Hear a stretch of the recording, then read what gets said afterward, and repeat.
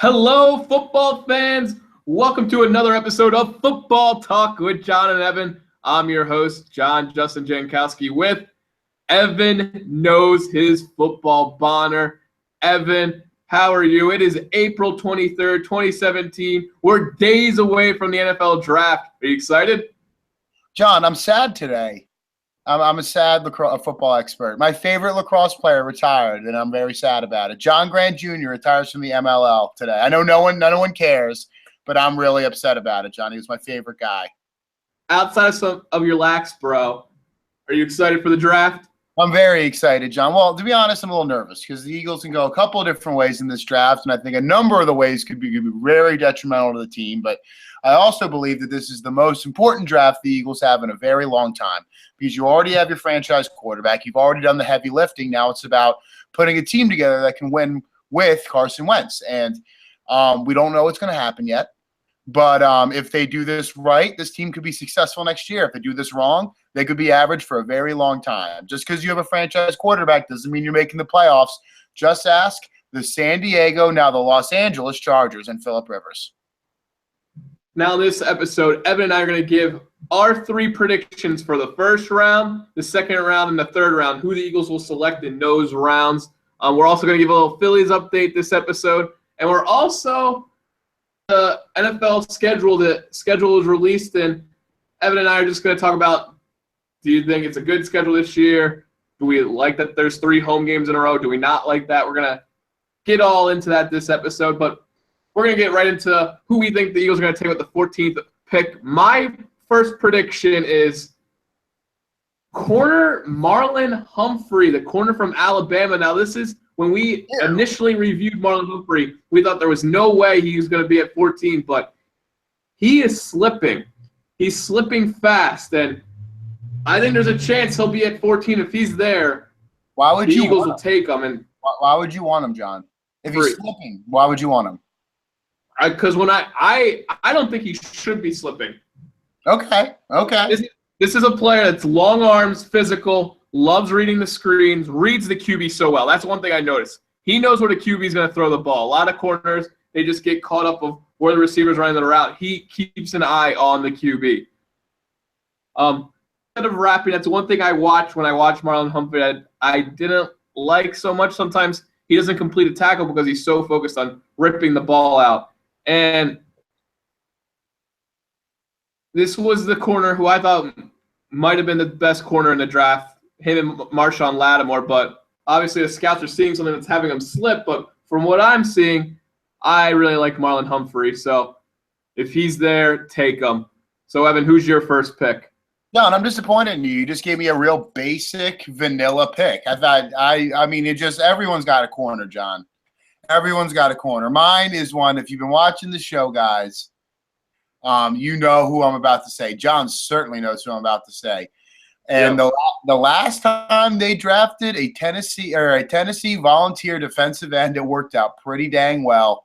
And that was Reggie White. I'm not calling Derek Barnett Reggie White, but I'm calling him one heck of a defensive end in the NFL. Now, obviously, a lot of people think he might not be available. If he is, they better gobble him up. He'll be taken somewhere between 9 and 15. Obviously, we have no idea what's going to happen, but in my opinion, I've seen him in mock drafts at 2. For those people talking about Derek Barnett, there are some mock drafts that have this kid at 2. So like Evan was saying, John, are you willing to bet me on live web stream that he does not go at 2? No, I know he's not going to go at 2, but I'm just saying how good this kid is. There are mock drafts out there that have him at 2. So that just shows that this our team is one of the Philadelphia freaking Eagles. 14, Derek Barnett. He is so good. This guy is big. He's physical. He's got a high motor. A lot of stuff the professional analysts will tell you. What I'll tell you about Derek Barnett is he's got violent hands, physical hands. He's a physical guy. He is not the type of defensive end or he's going to quick twitch. He's not going to beat anybody with quickness and overall athleticism. He's just going to bully an offensive tackle. I get excited talking about Derek Barnett. He's the type of guy that I can watch for the next 15 years of defensive end and be super excited about him. There's really almost nothing this guy doesn't do well. Plays with lane discipline, plays the run well, violent and aggressive against the pass, is a multitude of pass rush techniques, a very good counter move when his initial move doesn't work, his initial bull rush doesn't work. He would be perfect in the Y9 for the Philadelphia Eagles. If you draft him, you tell Vinny Curry to go play somewhere else. You get that money back. And you have no issues with the cap room for a long time. I love Derek Barnett. He fits perfectly with the Eagles, and you don't have to go reach for a corner to go make your pass defense better because Derek Barnett is going to terrorize Eli Manning and Dak Prescott and Kirk Cousins and whoever else they play twice a year for the next 15 years. And because of that, the corner will get better. You'll get corners that you're not reaching for in the second, third, and fourth round to plug in and play right away. It fixes everything. After Sidney Jones got injured, Derek Barnett became my go-to number one pick. I don't care if you have to trade up to get him. If you get Derek Barnett, you keep Derek Barnett. You don't complain about it. You move forward with an elite pass rusher, Derek Barnett. And I said every time I talk to Derek Barnett, I have nothing against him. I agree with everything Evan's saying. I just think there's no chance he's at 14. I just don't see how it happens. But if he somehow slips, I agree with Evan. Take him. I just don't think he slips. But my second pick, who I think the Eagles would take if Humphrey's not there, Evan's going to groan. He's going to get upset. Evan didn't like this guy when we talked about him earlier when we were doing our podcast. Don't say it, John. I know. I liked him when we first initially reviewed him, and he's such an Eagles running back. It hurts. You're going to say Christian McCaffrey. Oh, my God. Christian McCaffrey, no. 6 foot, 200 pounds out of Stanford. No. Elite hands, great juke move. I mean, this is a guy that can play the slot wide receiver on its own. He doesn't even need to be a running back. He can play the slot wide receiver on its own. Something the Eagles probably were very impressed with. He has that breakaway speed. No, he doesn't. Now, and this is where Evan's gonna groan again. The reason this kid's stock went up. I mean, everyone's looking at this kid as a late first, mid-second round pick, but then he was a combine star. Stole the show at the combine for running backs. Looked great as a receiver. Did everything you wanted to see at running back. His pass blocking, that's one of his weaknesses, scouts say. And he doesn't break enough tackles, but I just see such elite hands. Great first move. He has that breakaway speed out of any running back in this class. And I just see all the signs point to Eagles taking McCaffrey. But to play devil's advocate against me, everyone's saying these are smoke screens. The McCaffrey is smoke screens. So, Evan, we know you're not a McCaffrey fan. Who's your second pick? Well, first of all, John, the Eagles haven't drafted a running back in 31 years. And if they do draft a running back, and that's Christian McCaffrey, I'm going to go be a Cowboys fan. Do I have any Advil here? You're giving me headaches, John. I mean, geez Louise, buddy. Christian McCaffrey, too small, jack of all trades, master of none. I mean, he's a Danny Woodhead, Darren Sproles clone, which means he's a good player, but you wouldn't draft either one of them in the first round. You wouldn't draft either one of those types of players in the fifth round. They fall to you super late, and then you work with them, you build them up. I think Danny Woodhead wasn't even drafted. Darren Sproles was a mid-late round pick. I think McCaffrey can be I think he can be a Westbrook-esque player. Brian Westbrook was drafted in what round, John? Third round. Third round.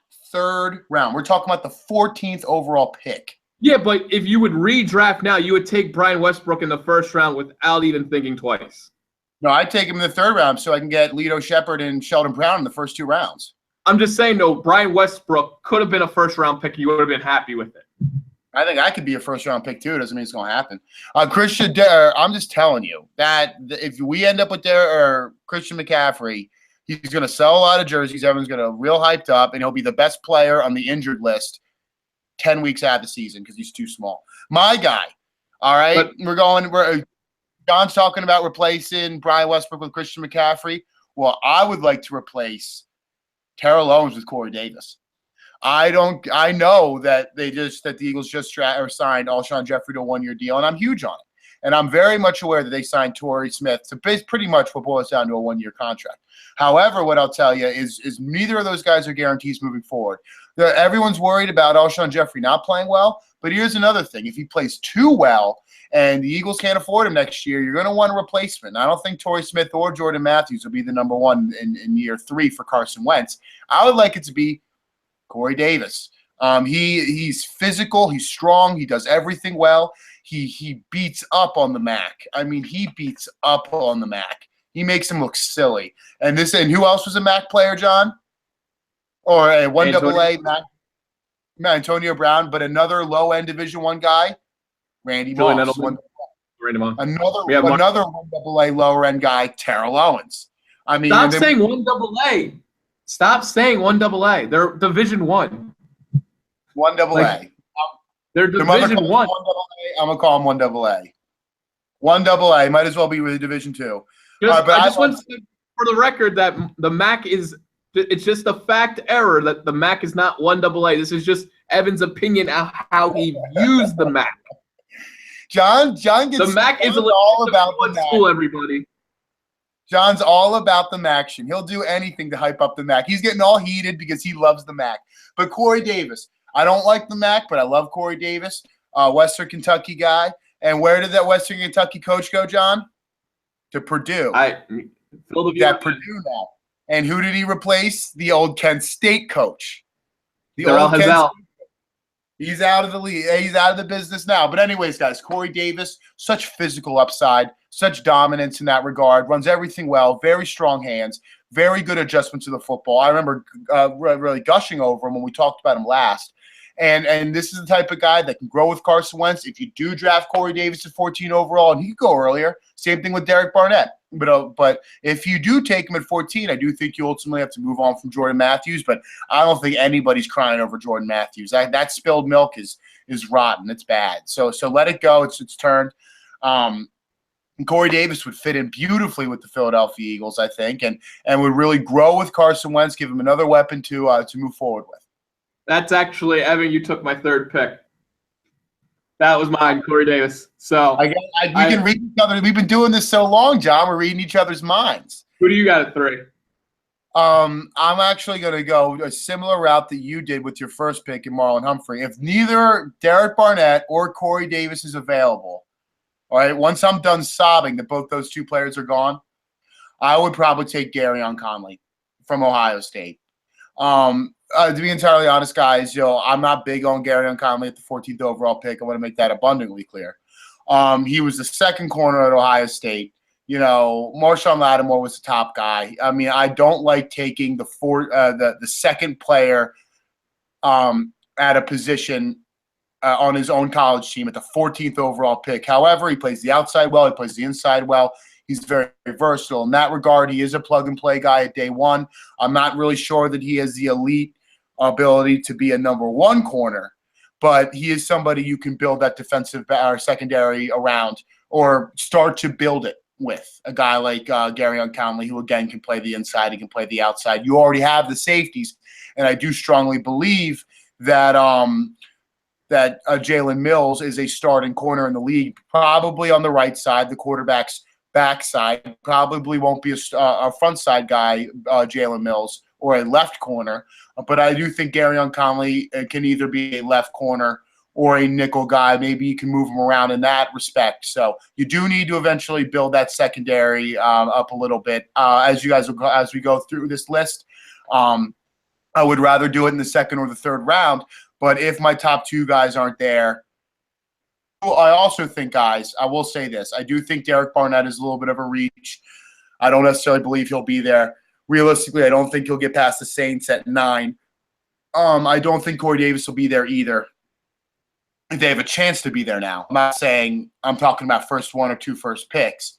They have a chance to be there, but realistically, if I was a gambling man, I would say Garyon Conley, most likely the player they'll take in the first round of 14.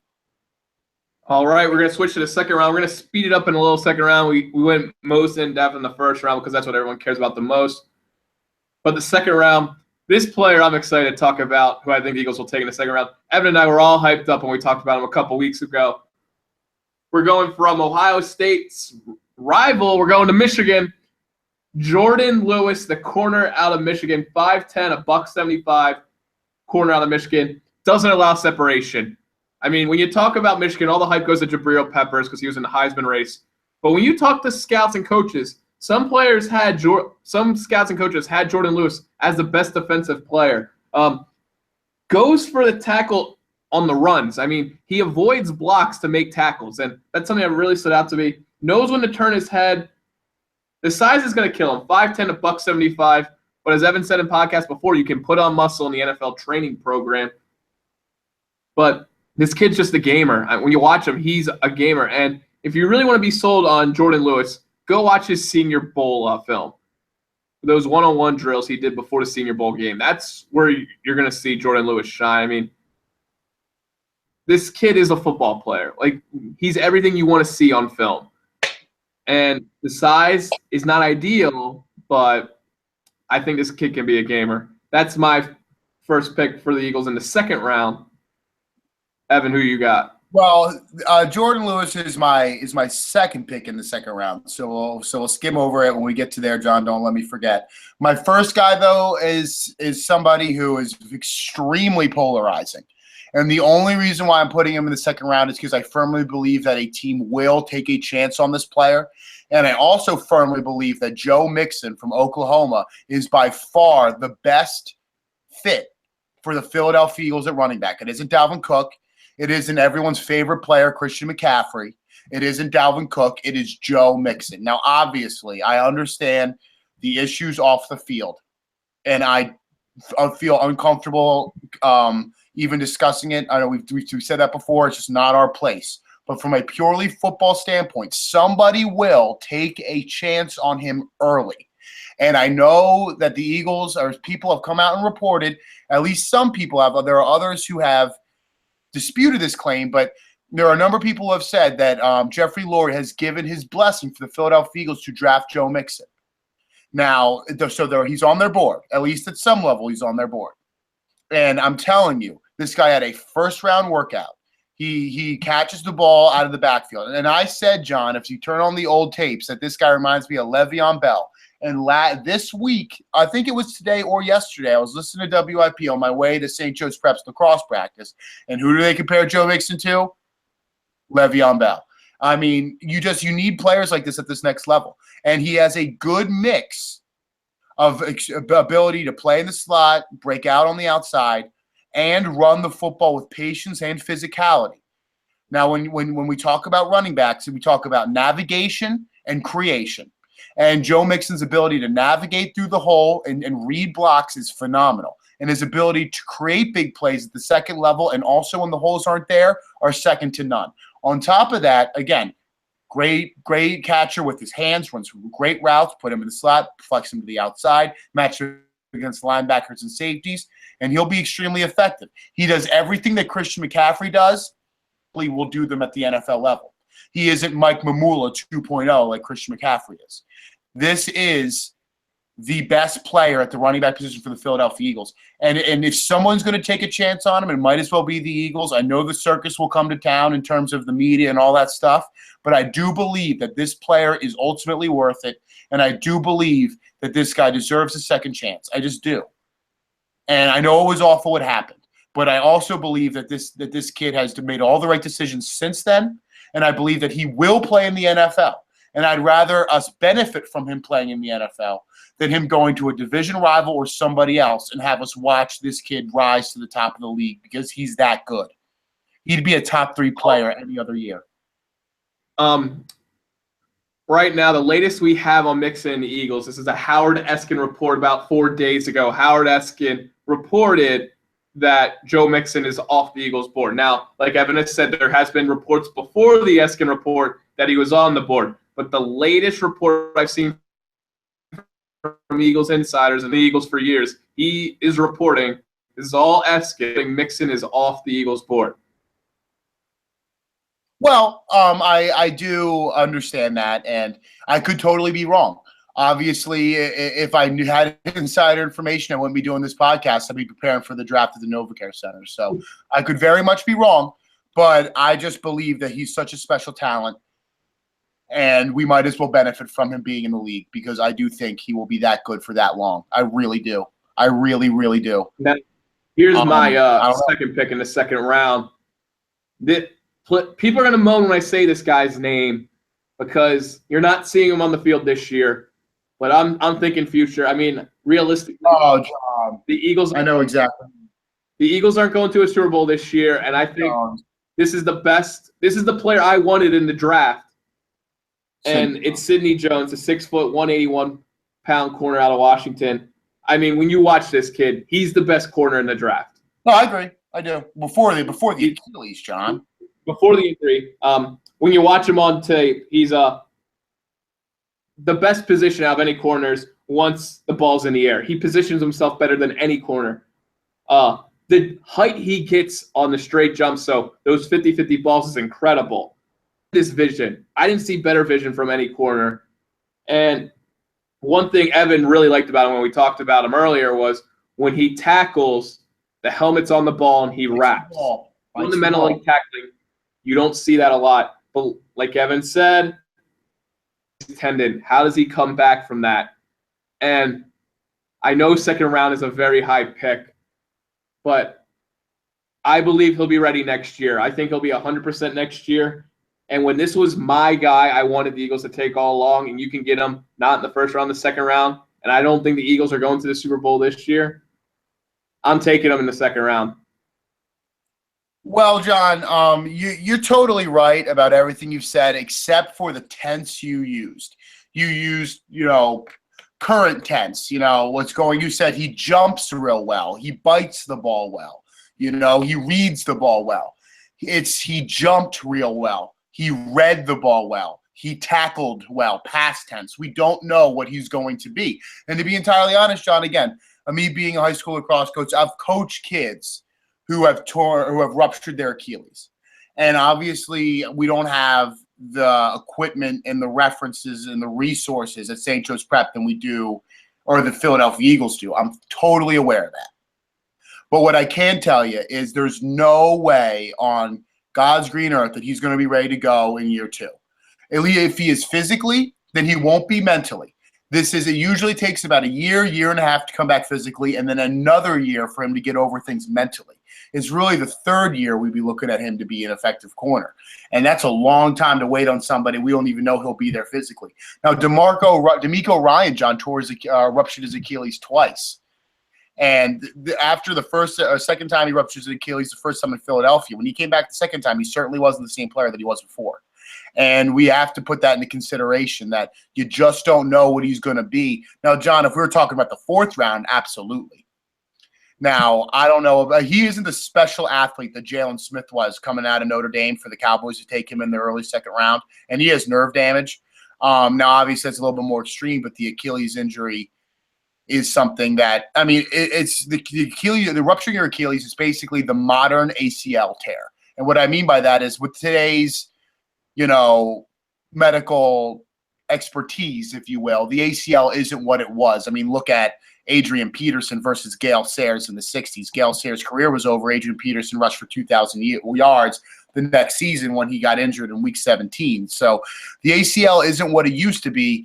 The current death sentence in the NFL is pretty much a ruptured Achilles. You never are fully the same when you come back from that, or at least it takes a couple of years.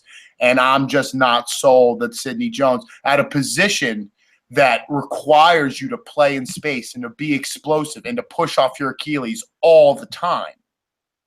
Now, this isn't a middle linebacker who really needs to go from A-gap to A-gap like DeMeco Ryan. You're asking Sidney Jones to play by himself in space, and you don't draft somebody even in the second round and not have him ultimately be your top cornerback. You're asking him not to be a nickel, not to be a depth guy, not to be somebody you could work out.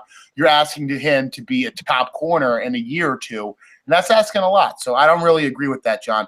Now, we already talked about Jordan Lewis. I'm not going to talk your ears off about him. John, who do you have next in round 3? I'm going corner, because I think in the second round, that's where the Eagles are going, no matter what. Like they could. John, did you say your third pick in the second round yet?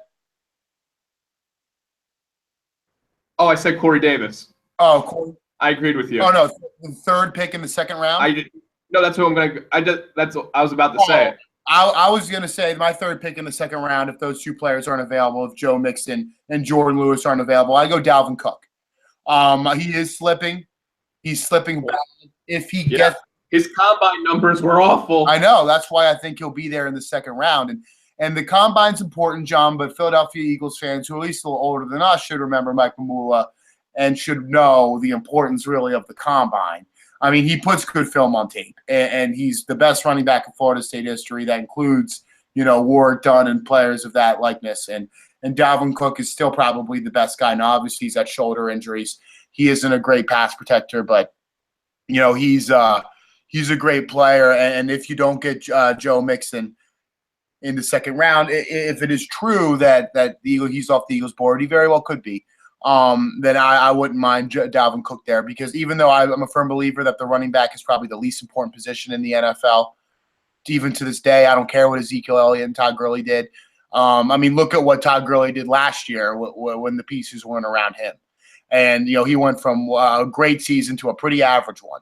And Ezekiel Elliott, I think he'll come back to earth now that Leary is gone, his left guard, and Doug Free is retired. He'll still be a good runner, but he won't be nearly as effective as he was last year, I guarantee you that. There's no way any player would do better than Ezekiel Elliott did last year. So you're really going out limb saying, his production will go down. How many yards did he rush for last year? Like 1,500, 1,400? I think core players do better than that every year, John. He did not break any records. All right? I don't even think he broke the rookie record. Let's be entirely honest, John. He played well, but he was a human highlight reel. And highlights are great for SportsCenter. It's great for talk, and it's great for him jumping in the Salvation, Army bucket, in December. But to be entirely honest, it didn't help him win a playoff game. And now that the offensive line's a little bit weaker, I think Ezekiel Elliott, his numbers will either stay the same or begin to dip. I don't buy it. Todd Gurley really fell from year one to year two. And going into last year, everyone talked about Todd Gurley being the top fantasy player, being the best running back in the league. So I just don't buy it with Ezekiel Elliott. I agree with you. I think Elliott's going to go downhill next year because of the offensive line. But I was just kind of teasing you, like, you're really going out on a limb saying he's going to go down. What I'm ultimately trying to say is the running back position is the least important part of an offense, and I think it is so contingent on the quarterback, on the offensive line, and the wide receivers. But I also do think that Dalvin Cook is a special talent. I don't care what the what the combine number says. He certainly isn't the talent that Joe Mixon is. But I will say that he is a talented player, and the Eagles should look into him. I went corner in the second round with Jordan Lewis. I went corner again with Sidney Jones, and I'm staying at corner for my third prediction in the second round. I'm going Cam Sutton out of Tennessee, 5'11", 182. That's a good one, John. This kid's got speed when you watch him. That's the first thing that pops up, just his speed. He can keep up with those speed wide receivers. He can keep and one thing he does, he acts like a basketball player on throws to the outside. He boxes out. And that really impresses me because you're going to see that in the NFC East. And I like that Humphrey does tackles. Not only does he punch the ball, but he wraps as well. But like I said, Jordan Lewis, he's not the size you want. He's bigger than Jordan Lewis by 5 pounds and an inch, but he's still not that ideal size, which is why he's a second-round player. But Cam Sutton would be the third guy if they don't want to take the risk on Sidney Jones because he is injured and Jordan Lewis isn't there. I agree with you, John. Sutton's a great player, and he's also a good return guy. So I totally agree with your analysis, John. He'd be a great player. I don't have him. My first pick in the third round. We're talking about the third round now, right, John? Well, no. Well, so that was my third in the second. Oh, excuse me. Well, I think that's a very good point. Well, my last player I talked about was Dalvin Cook. We had already talked about Jordan Lewis and Joe Mixon. So I will start the third round. A player who I am so excited about, who I think will be perfect for the Eagles in the third round, is somebody we talked about last week. Linebacker from Alabama, Ryan Anderson. Oh, yeah. I think he'd be perfect for the Eagles. I think he's a great replacement for Michael Kendricks. He isn't quite there physically, but you really don't have to be when you're not asked to cover a whole lot, because I think he's more of a base outside linebacker. What I mean by that is you'll have Nigel Bradham and you'll have Jordan Hicks taking the nickel reps, and Ryan Anderson will be off the field. So you don't have to worry about him covering in space too much. But in that base formation, that 4-3 base, He has assignment discipline. He guards well on his way to the running back. And he's a playmaker in that respect. You know, he doesn't make plays in terms of being a hyper athlete, but his assignment discipline and his ability to really take to his assignment and buy into it allows him to kind of naturally be around the football the way it's drawn up, and he makes devastating physical plays when he does that. So I think he'd be a perfect fit for the Eagles in the third round. And I think, you know, once you can get him, you can move on from Michael Kendricks on June 1st. And really be effective in that regard. So, yeah, I love Ryan Anderson in the third round. Everyone, after you watch this podcast and after you shared our link on Facebook and Twitter and subscribed to our YouTube channel and left a comment about this week's episode in the comment section, Ryan Anderson highlights, because this kid hits so hard. So if you want to have some fun just watching football, look up Ryan. Kid can tackle. But my in the third round, my first prediction who the Eagles will take in the third round is running back out of Clemson, Wayne Gallman, 215. When you talk to his running back coach earlier month, he said he's a violent runner. I mean, that violent runner can also catch the ball, falls forward, can run inside, something Evan likes, can wear you down throughout the game. One of the flaws Evan pointed out, and you can just see, is he runs upright, and the reason Evan noted that earlier is because there's just more of you to tackle. But that's fixable. You can teach him not to run like that. Good of a pass blocker, just like McCaffrey. It's a worry because you put all this money in the Carson Wentz. That's something you don't want to see. Wayne Gallman, he's got fresher legs than most backs in this draft, and that's who I like. John, that's a great point. I love everything about what you just said there. We'll move on from that. The second player I want in the third round, guys, is Cordrea Tankersley from Clemson. Ooh, you think Tank fall into the third? Well, I know that's where he was initially, the initial mock drafts, had him there. And then he ran that 4.40 and he moved up a little, but everything that I've read online still has him at the third and the fourth round. I know a couple people have moved him up, but you know, he had his film on tape. He's a hair slow, and he's a little slow to read coverage and react to the ball with his eyes. So I think he'd fall to the third round there, but he's a physical monster. He's faster than he looks, obviously, with the 4.40. And if he falls to the third round, I would love to have him. And I think this is somebody, if you can get Jordan Lewis in the second round and Cordrea Tankersley in the third round, I think that mixes very well with Jalen Mills. And all of a sudden, you go from a very underperforming cornerback group to a very talented corner group, if you will. I can see now the Eagles get Derek Barnett first round, Jordan Lewis second round, and Cordrea Tankersley in the third round. Evan's already saying the best defense in the Evan is going to be the happiest kid on earth next week. John, if I call the first three picks from I'm considering, guys, I want everyone to really understand this, that we are literally taking shots in the dark here.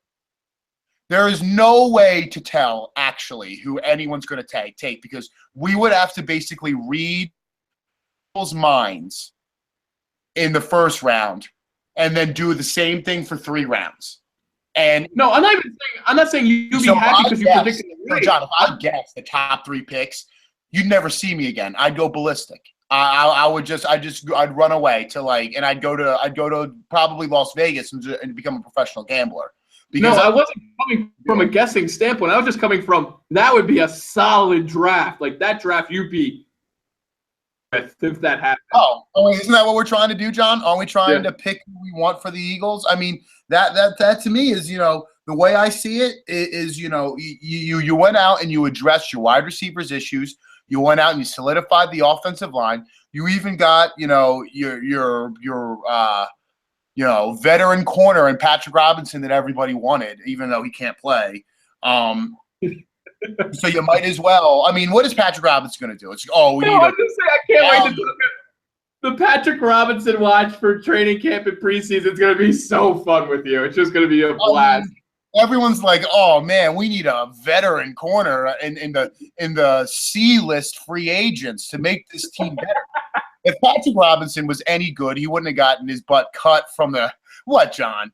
I mean, he wouldn't have gotten his butt cut from the Indianapolis Colts. Who, by the way, we are so happy Patrick Robinson watched when we're covering training camp and preseason this year. We are so happy.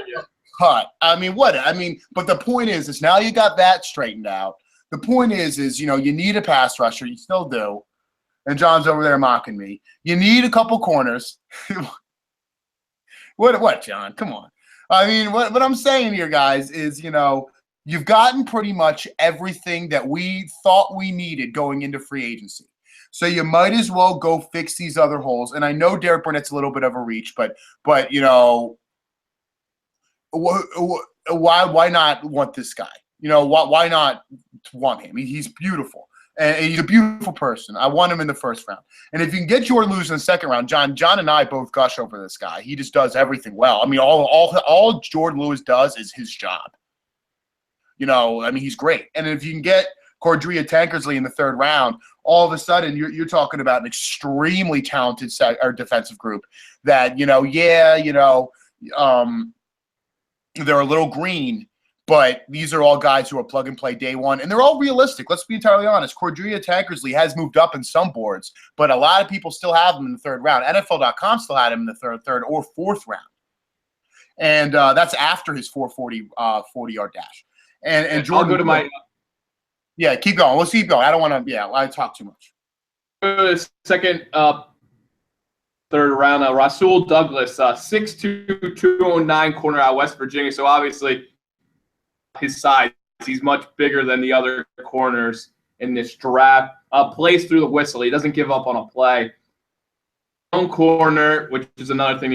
Eagles play a lot of zone. They don't do that much press man coverage. But they do run what stands out, but the Eagles don't. I mean, Douglas doesn't have. Does he have the NFL speed? That's the question mark. He has the size. He fits the Eagles system. He plays. Disciplined player. That's what you kind of like. You do your job, player. But does he have that NFL speed? So Douglas, I think he's there at the third round, and Gallman's not there, or Tankersley's not there. I could totally see Douglas as a third round selection. Yeah, John, those are great points. Obviously, the speed is an issue with Douglas, but when you get to the third round, prospects won't be perfect. There's a reason why they've fallen. I would really like Douglas in the third round. I don't have him on my board, but that's somebody who I wouldn't complain about if they picked him up there. So my next player, I know we're only doing 3 third-round guys, but I'm going to cheat a little bit. I'm going to give you an A and a B. Amara Darboh. Yes, that was mine. That was my third one. Amara Darboh from he's an NFL wide receiver, and he's already been successful with Harbaugh in Michigan. He's got toughness. He's got strength. He doesn't eat up off coverage particularly well. He's not going to take that space away, but he does catch with his hands, and he runs great routes. And he's not a product of a spread offense like Chris Godwin or a couple other players we've talked about. That's all I'll say about him. I'd really like him on the Eagles, and he's a plug-and-play guy. I think you can almost move on from Jordan Matthews if you bring him in. The second guy I really like my third player in the third round is Marlon Mack, the running back from South Florida. I just think, he's a big guy. He's strong. He's fluid, versatile type player.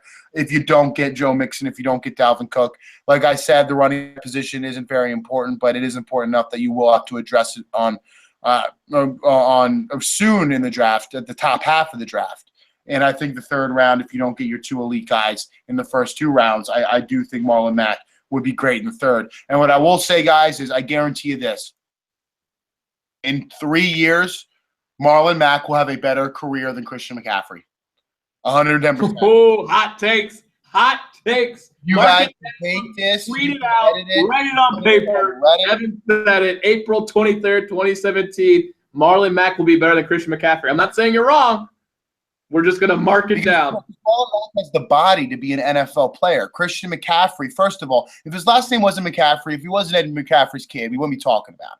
All right, it's Casey Matthews, 2.0, who was great at Oregon, by the way. He was great. You kind of forget he was a Heisman candidate. Yeah, I mean, whatever, John. I mean, how many Heisman players really work out in the NFL?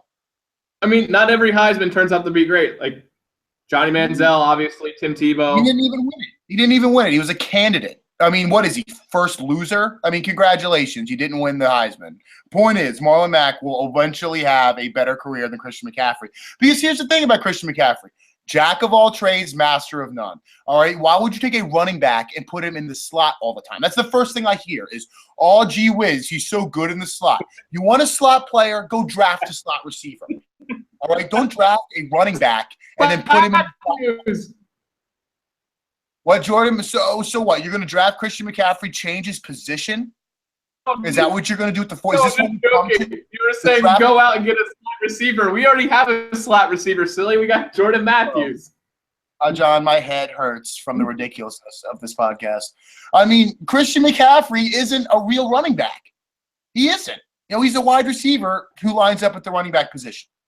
And why would you take some 14 who isn't even a good enough running back to run the ball? I love to hate this, but I love it. No, Evan, this is great. And here's the other thing: he's a receiving back who can't pass block, so you can't even put him on the field in all passing situations. It hurts my head. It hurts my head to talk about Christian McCaffrey.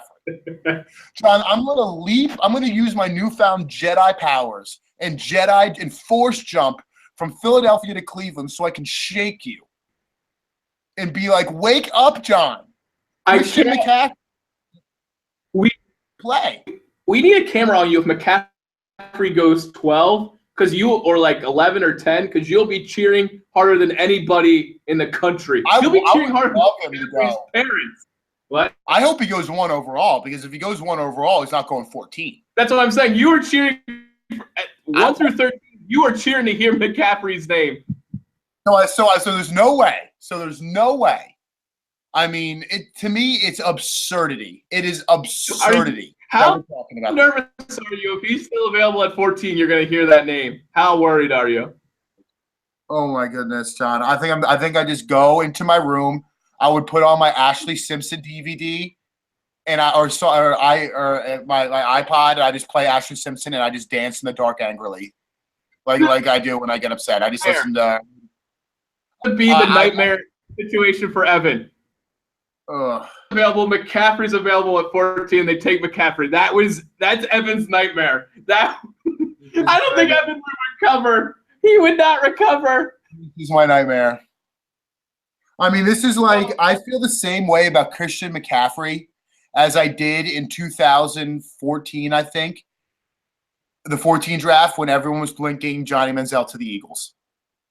I feel the same way. It's just like I feel flush and sick, and it's like I know I'm right, and I'm just arguing with people who just kind of have one foot in the pool and don't obsess over it like I do. And they're just like, "Oh, Christian McCaffrey. Did you see that Sports Center video of him doing the shuttle drills real fast? I mean, he looks like congratulations. He's got quick feet. What's going to happen when he gets tackled for the first time by Luke Kuechly and he breaks in half? He'll be the most talented player on injured reserve because he doesn't have the body and he doesn't have the skill set to play running back in the NFL. I hope someone sends this to him, and I hope that he's like, "Oh man, I got haters, and now I'm gonna play better," because that's gonna make a difference when he freaking ends up on an NFL field and gets leveled the first time. Because here's the thing: as a slot receiver, he's gonna be running over the middle. All right, it's not like he's going to be running into the teeth of defenses because he's not going to be running the ball because he's not big enough to run the ball. So you're taking a running back and you're going to ask him to play slot. It's training camp watches this year. I don't care what team McCaffrey goes to. He won't even make it out of training camp. Evan and I. You're going to have to give him a red jersey. It'll hit him. You know how Christian McCaffrey makes it to week 1, John? You're going to have to give him a red jersey and treat him like a quarterback. That's the only way this guy gets there. The only way. And even then, I bet you he tears his ACL in a non-contact injury. Stay away from Christian McCaffrey. I mean, I'm going to have a stroke. I'm 26 years old. I'm going to have a stroke. I mean, I smell toast. I smell pennies and I smell toast. I'm having a stroke. I'm promised to our listeners, no matter what team McCaffrey in, we'll have McCaffrey watch. We will do updates on McCaffrey just so we can get great content. Make sure we talk McCaffrey. We get content like this every week. And but John, I gotta touch you actually say you want him is what I'm like. Like my head is like. So Eagles receiver, it hurts. John, I'm the stress. I'm gonna show up as bald as you next week because my hair's falling out because of the stress. I mean, I can't believe it. I can't believe we're even talking. Mr. Bond, friends who watch the draft with Evan and Drew, if Christian McCaffrey are on the board at 14, please, whatever you do, this assignment you guys will have. If Barnett and McCaffrey are both on the board at 14, if they're both available, wait, John, if they're both available and they take Christian McCaffrey, I'm going to go just live in the woods. I'm going to go live in the woods. I'm done with humanity. I'm just going to go eat squirrels and live in the woods. And I'm going to build like a log cabin somewhere in like Idaho or something. And you'll never hear from me again. I'll do this podcast using smoke signals and screens for you because I'm out of civilization. I can't do it anymore. Now, I told you guys, I think McCaffrey is such an Eagles running back. Obviously, you've heard Evan the past 10 minutes about McCaffrey. We want to hear from you, the listeners and viewers. What do you think of Christian McCaffrey? Would you want to see him in an Eagles uniform? Would you not? Make sure you comment in the YouTube section, in the comment section. Subscribe to our YouTube channel. Share this link on Facebook. Share this link on Twitter. Share on Facebook. Evan's totally right about McCaffrey, or share on Facebook. Evan has no clue what he's talking about when it comes to McCaffrey. We want to hear your thoughts on McCaffrey. I have no clue. It's not like I don't just spend all day in my room obsessing over the Eagles or anything. I mean, I have no clue. I gotta touch on Darboh just as much as Evan did. He's one of the first receivers Evan and I reviewed. 15 out of Michigan. Make the spectacular catch. He can make a grab. I'm just gonna mention. And one thing I noticed is he separates from corners. He knows how to get off. That's something that drove me nuts just watching Eagle receivers since I was younger. Receivers have coverage. But recap, I'm not going to analyze the players any further. Predicting for the first round, Marlon Humphrey, Bama corner. Christian McCaffrey, Stanford running back. Corey Davis, wide receiver out of Western Michigan. Those are my three predictions for the first round. Second round, Jordan Lewis, corner out of Michigan. Sidney Jones, Cam Sutton, corner out of Tennessee. That was my three predictions for the second round.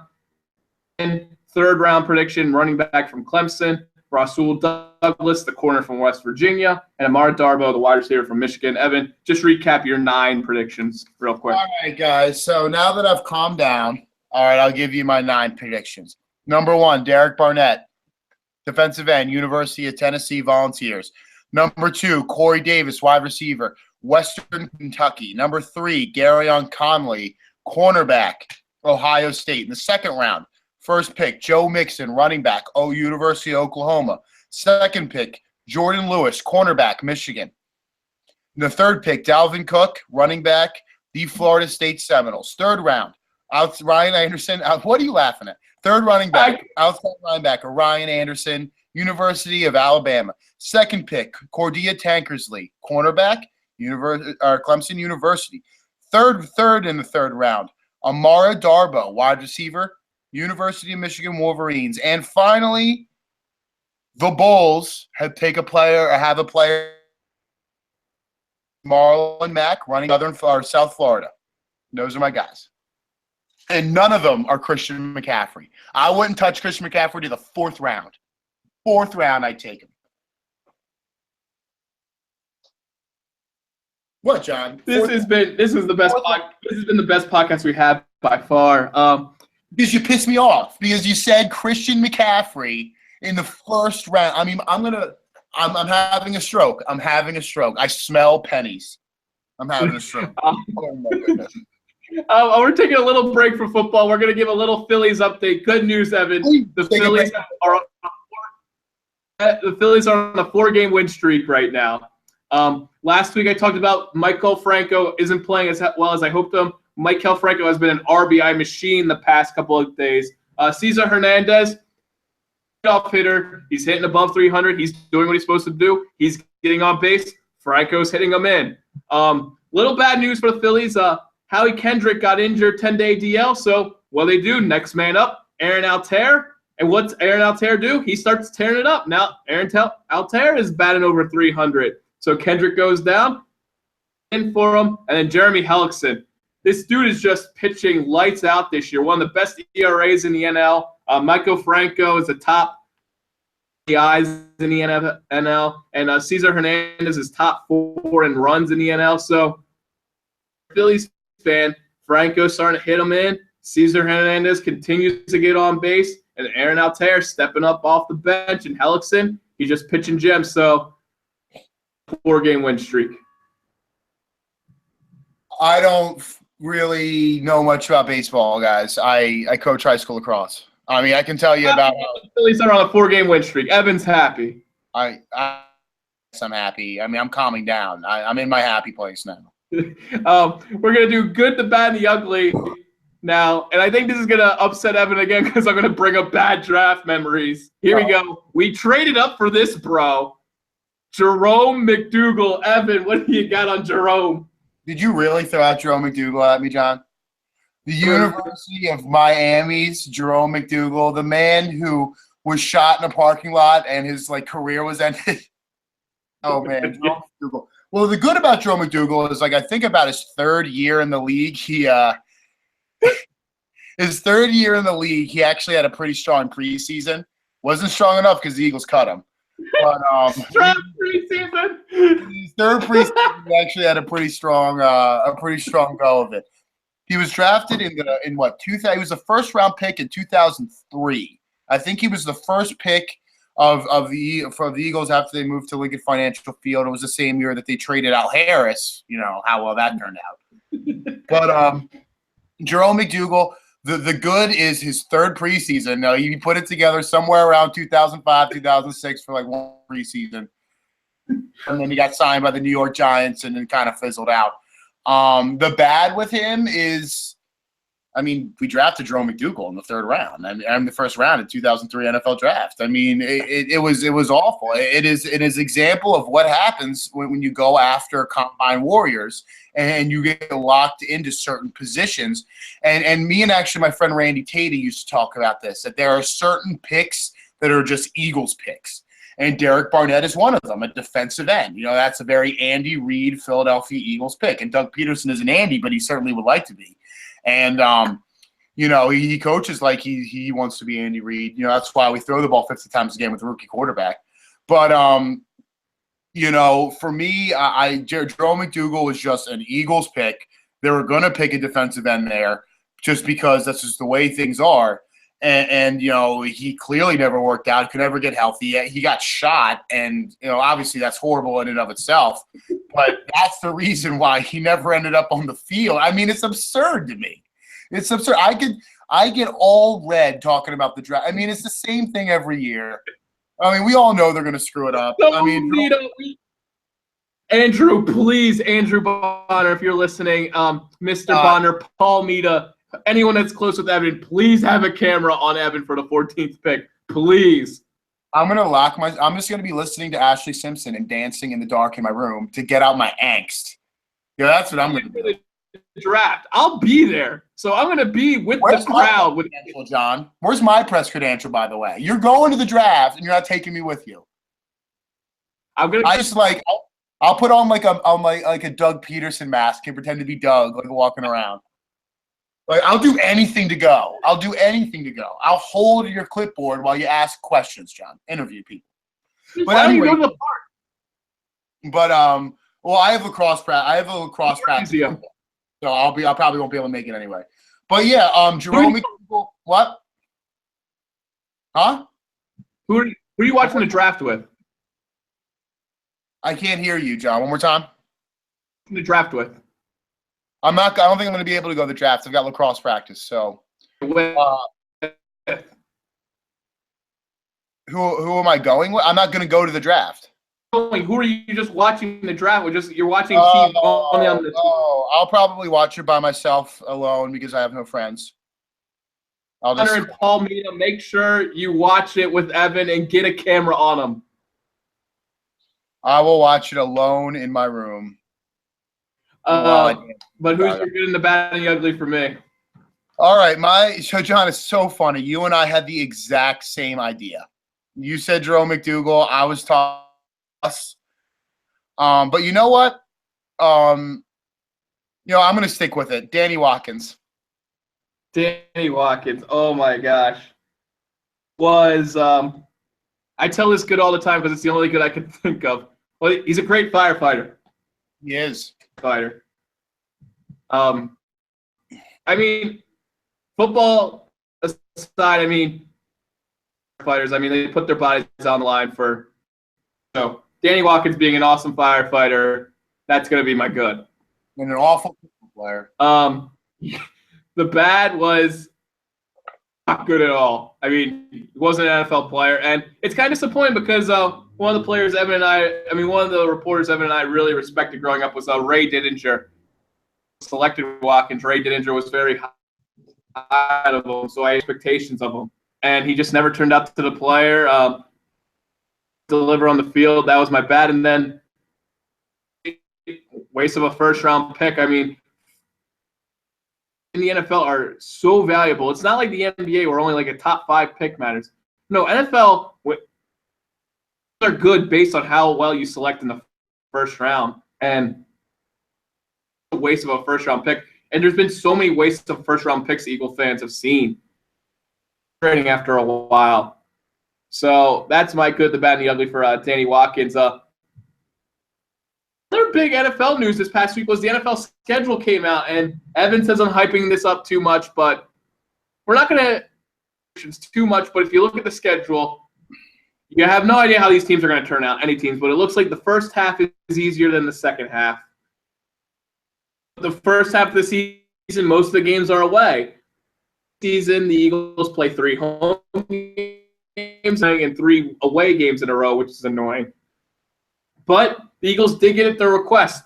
The Eagles had a possibility of having 3 West Coast trips this year. They're only going to have 2 because when they play Seattle, they're going to just stay in LA for the week and then play in LA the next week.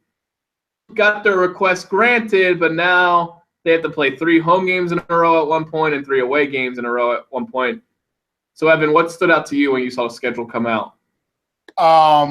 The only thing that stood out to me, John, is that they're playing the Oakland Raiders on Christmas night. I have season tickets. I think that'll be awesome. That'll be an awesome Christmas for me. I'm looking at this schedule, and I think Andy Reid. I think the Eagles will be at Kansas City in week 2. I think that'll just be fun. There's a lot of drama there. There always was. There was the first year he came back to Philadelphia. It'll be the master versus the apprentice. Peterson versus Reed. That'll be fun. Besides that, it's a relatively tough schedule. The Chicago Bears should be an easy win. The San Francisco Niners should be an easy win. I do think that they'll beat Oakland on Christmas night. I just think, it's Christmas. There's no way I won't get what I want on Christmas. I always get what I want on Christmas. Besides that, I think the Eagles will split the division. I usually like to think of it as Ike Reese said himself, you can pretty much guarantee the Eagles will go about 3-3 in the division, just the way most division games go. And I'm excited to see the Denver Broncos right before the bye week in week 9. That'll be a fun game. I just love watching the Denver Broncos play. I love the way they've done their business even after Peyton Manning has left. I love the defensive football, and I love the speed in which they've put that defense together. They have the best secondary in football and the best pass rusher in Von Miller, and I just enjoy it. In terms of where do I think the Eagles will finish up this year before the draft, it's really difficult to tell, John, because like you and I have said, every year there's a worst to first, and every year there's a first to worst. You just can't tell how a team's season's going to go based on, the schedule release, because you just don't know. Some teams turn out a lot better than you thought, and some teams turn out a lot worse than you thought. That's just life. So, but by the way, If the Eagles have the draft, thank you for being excited that the Eagles are going to play on Christmas night. Because I got into an argument with my dad, and he's like, Christmas is family day. You spend the day with family. I'm like, what are people doing I'm with all my family and then 75,000 other guys in my family because we're all Eagles fans. No, I'm just saying, what are people doing at 8 p.m. on a Christmas night? Like Christmas Eve. The Eagles. They're watching the Eagles.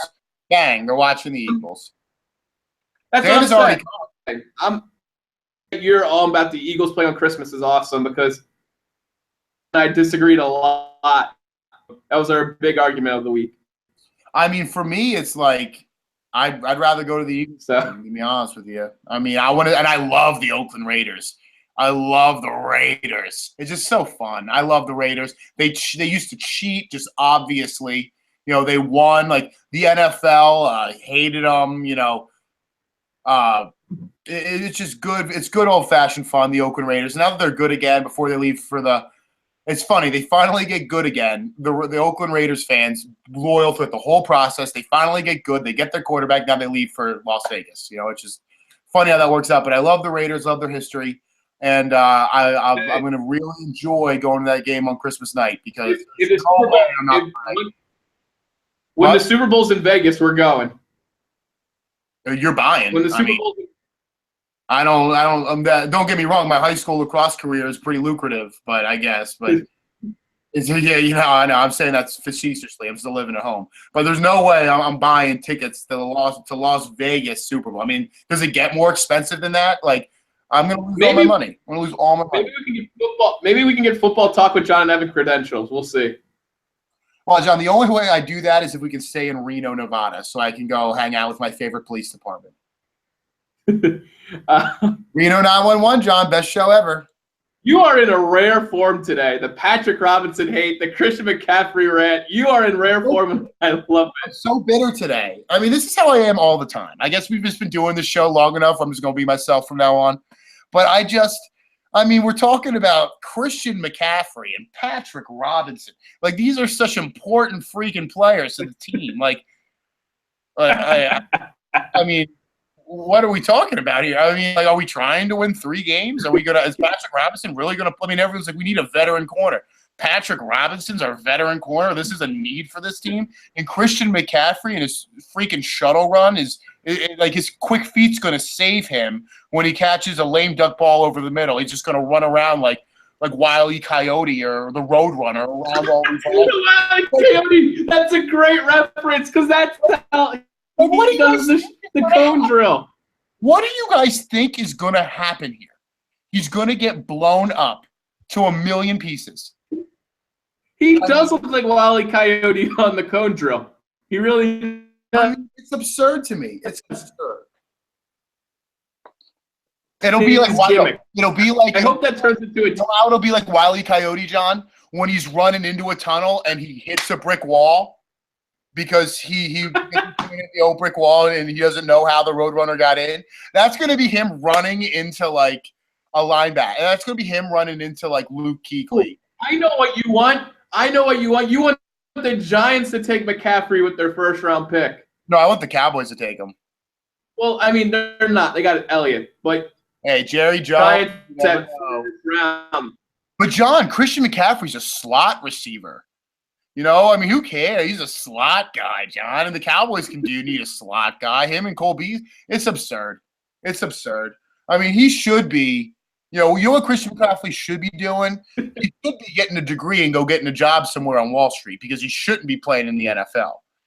You know, a guy who goes to Stanford should be smart enough to know that he can't physically handle the heat. If the Eagles draft him, he turns into admit you're raw.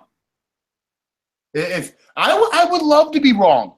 I would love to be wrong. I'm wrong all the time. Ask my parents. I'm wrong all the time. You know, so – I mean, if I'm wrong and he turns into the next Brian Westbrook, then I'm just Jersey and pretend like I never said this. You know, come on, let's be honest. But realistically, I'm not wrong. I'm not wrong.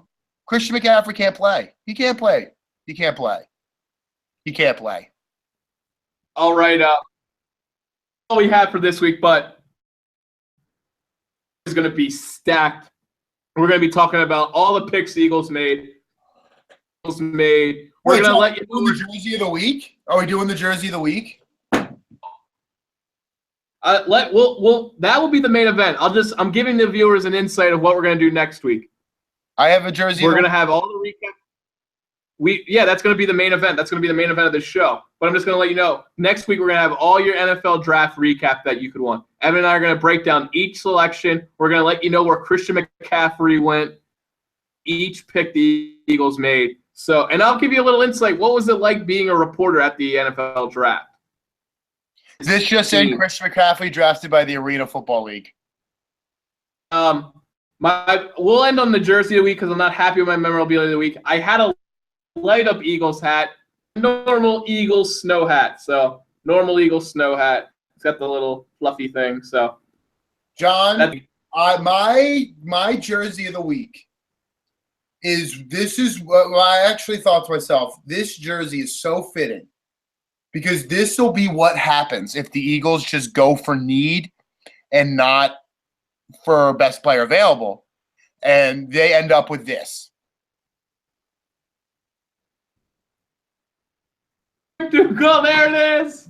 And you end up with a Jerome McDougal jersey. Why do you have that? Because I got it when he was first drafted, and I drank the Kool-Aid, and I was 12 years old. But this is, or 13. This is who you end up with, John. You end up with a Jerome McDougal jersey that you got to duct tape at the games to say Kendricks, because you can't wear a Jerome McDougal jersey at an Eagles game. I mean, this is what happens. You end up with Mike Mawool, you end up with Jerome McDougal, you end up with Danny Watkins or Marcus Smith. If you go after a There's so many. There's so many. There are so many. And that's just since we've been watching. I mean, that's only in like 16 years. We just railed off like 5 or 6 picks, and that's only it's absurd. But if the Eagles don't play it right, guys, you're going to end up with this. You believe that jersey was $80 at one time? That was an $80 purchase at one time. I bet you it was more than that. I bet you it was close to 100. I mean, I don't remember. I mean, it was not 2003. My biggest worry was, what's going to happen in Dragon Ball Z back then. So, Evan's dad's hard-earned money went into that jersey. That's the sad part. Whatever. I mean, my biggest worry back then was what was going to happen on Dragon Ball Z. I really wasn't worried about Jerome McDougal. So I just bought the jersey, and it flopped. And it's been in my closet ever since, and it's ridiculous because it's Jerome McDougal, and he got shot and never really played. Had one good preseason, Jerome McDougal. Now, this is the last video, guys. YouTube comment section. Eagles to take. Make sure you subscribe to our YouTube channel. Put this link on Facebook. Let viewers know, hey, you cared about this guy, or man, listen to John's take about this guy. Tweet out this link. We're trying to grow this podcast every week. So I have NFL draft recap for you. See you later, everybody. I'm going to go to the hospital because I have hypertension because we've been talking about Christian McCaffrey. So thank you, John. Thank you.